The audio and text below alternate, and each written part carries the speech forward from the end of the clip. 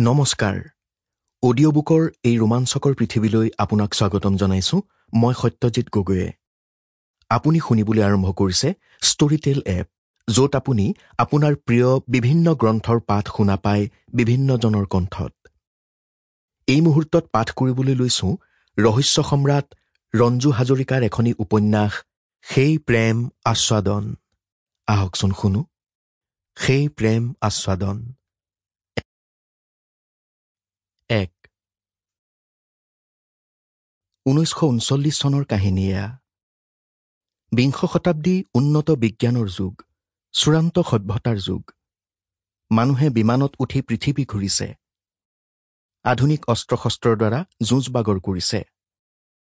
তথাপি এই যুগতো কোনো কোনো দেশত এনে কিছুমান জাতি উপজাতি আছে যি ধনুকাঁড়েৰে যুঁজ কৰে মানুহ চিকাৰ কৰে নৰমুণ্ড সংগ্ৰহ কৰে আৰু মানুহৰ মাংস উপাদেয় খাদ্যস্বৰূপে ভক্ষণ কৰে নিউগিনি হ'ল পৃথিৱীৰ ভিতৰতে এক দুৰ্গম স্থান পৰ্বত জলাহ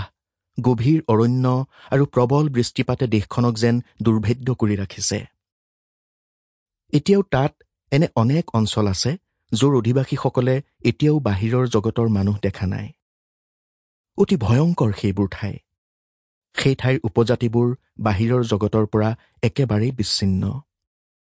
অত্যন্ত হিংস্ৰ সেই উপজাতিবোৰৰ স্বভাৱ আৰু প্ৰকৃতি সিহঁতে এতিয়াও কথাই কথাই ইজনে সিজনক ধনুকাঁড়েৰে আক্ৰমণ কৰি হত্যা কৰে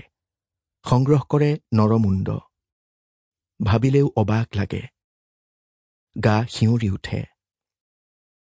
তথাপি সেইবোৰ ঠাই চোৱাৰ আগ্ৰহ অনেকৰে আছে সেই গা শিউৰি উঠা অন্ধকাৰ ৰাজ্যত আলোক বিতৰণৰ আকাংক্ষাও আছে অনেক মহানুভৱ ব্যক্তিৰ অন্তৰত সেয়ে মাজে মাজে সেইবোৰ ঠাইত সভ্য সমাজৰ পদচিহ্ন পৰে পাহাৰৰ ওপৰৰ জনহীন এক দুৰ্গম অঞ্চল মানুহে ভুলতো বোধহয় তালৈ নাযায় অথচ ভয়ংকৰ হলেও সুন্দৰ তাৰ পৰিৱেশ পাহাৰৰ ওপৰৰ আৰ্চবল্ড হ্ৰদ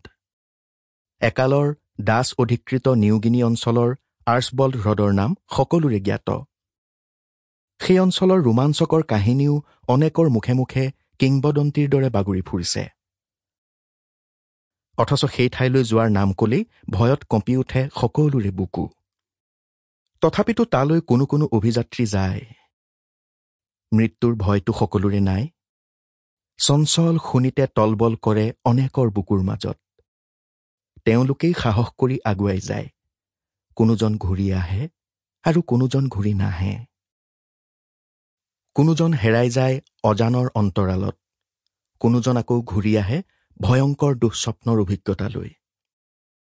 প্ৰতিকূল বতৰ প্ৰতিকূল পৰিৱেশৰ মাজতো এদল অভিযাত্ৰীয়ে যাত্ৰা কৰিলে আৰ্চবল্ড হ্ৰদ অভিমুখে তেওঁলোক আটায়ে আছিল ধৰ্ম প্ৰচাৰক অভিযাত্ৰী দলৰ যিজন নেতা তেওঁৰ নাম আছিল আইভান তেওঁৰ লগত আৰু ৫ জন সহকাৰী আছিল দলটোত আইভানৰ ভতিজা কন্যা ২৩ বছৰ বয়সীয়া টিনাও আছিল পিতৃ-মাতৃহীনা টিনাৰ সংসাৰত আইভানৰ বাহিৰে আৰু কোনো নাছিল খুৰাওক আইভানৰ টিনা আছিল অতি আদৰৰ আইভানৰ সমূলি ইচ্ছা নাছিল যে এনে এটা অভিযানত টিনাই অংশ লওক অনেক বাধা দিও আইভানে টিনাক সৈমান কৰিব পৰা নাছিল টিনাই কোনো কথাই নুশুনিলে খুৰাওকৰ এনে এক ভয়ংকৰ ভয়াৱহ অভিযানত তাই খুৰাওকক যাবলৈ দি শান্তিৰে কেতিয়াও দিন কটাব নোৱাৰে টিনাৰ অনমনীয় স্বভাৱ আৰু অকাট্য যুক্তিৰ ওচৰত হাৰ মানিবলৈ বাধ্য হৈছিল খুৰাওক আইভান উক্ত অভিযানত টিনা যাবলৈ ওলোৱাৰ কাৰণেই বাধ্য হৈ সহযোগ কৰা এজন পুৰুষ আছিল টিনাৰ বিবাহ প্ৰাৰ্থী মাইকৰ প্ৰচণ্ড ভালপোৱা আছে টিনাৰ প্ৰতি কিন্তু টিনা সিমান আগ্ৰহী নহয় মাইকৰ প্ৰতি সম্পূৰ্ণ নিৰাসক্ত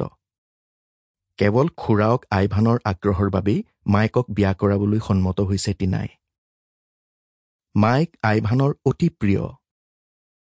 আইভানৰ মতে মাইকৰ দৰে সৎ সাহস